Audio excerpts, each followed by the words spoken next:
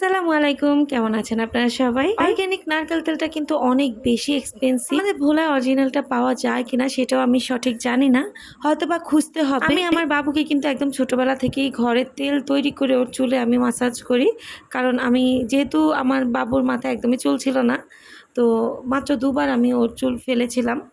তো অনেকে আমাকে বলেছিল বারবার বাচ্চাদের চুল ফেললে নাকি চুল ঘন হয়, কিন্তু আমি ২ বারই বুঝতে পেরেছি যে না, ঘন হচ্ছে না।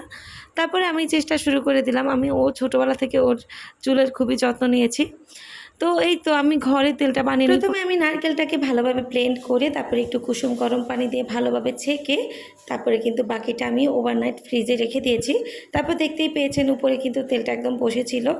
তারপরে এটা হচ্ছে নেক্সট স্টেপ। এটা আমি তেলটা তৈরি করার পরে তারপরে এগুলো আমি অ্যাড করি। এগুলো ভালোভাবে জাল করে আমি তেলটাকে ছেঁকে আমি নিয়ে নিব। আর কালো জিরাটা কিন্তু আমি আগে দেইনি, আমি তেলটাকে ছাঁকার পরে কালো জিরাটা আমি এখানে দিয়েছি। তারপরে এই তেলটা আমি আলাদা করে তুলে রেখেছিলাম, একটু অ্যালোভেরা দিয়ে ভালোভাবে জাল করে নিব। এটা কিন্তু আমি ১২ মাস আমার মুখে ব্যবহার করি।